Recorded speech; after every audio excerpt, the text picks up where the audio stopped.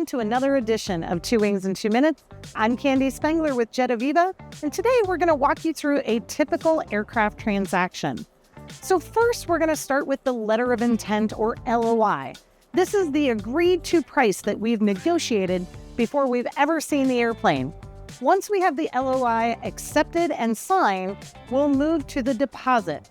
The deposit is placed into an escrow service. It is typically fully refundable until we get further into the process, which we'll come back to. After we have the deposit in place, we'll then schedule the visual inspection.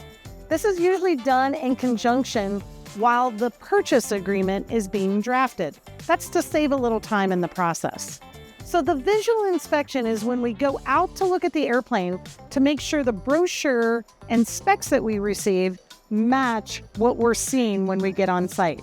This includes paint and interior condition, equipment lists, and how the logbooks look.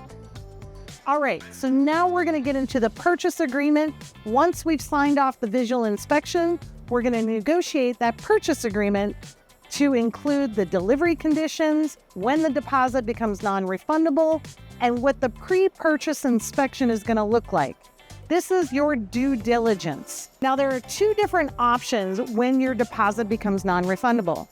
Some agreements specify that the deposit is non-refundable as soon as you sign the purchase agreement. The other is when the inspection is complete, but before repairs are made. This allows you to back out if you've seen anything that you don't really like in the airplane. If it doesn't meet the delivery conditions, you can walk away and still get your deposit back.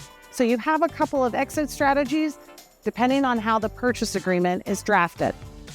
Once the inspection is complete and the repairs are made or return to service, RTS, you'll have between 1 and 3 days to close on the airplane. Then we give you the keys and you're off and flying.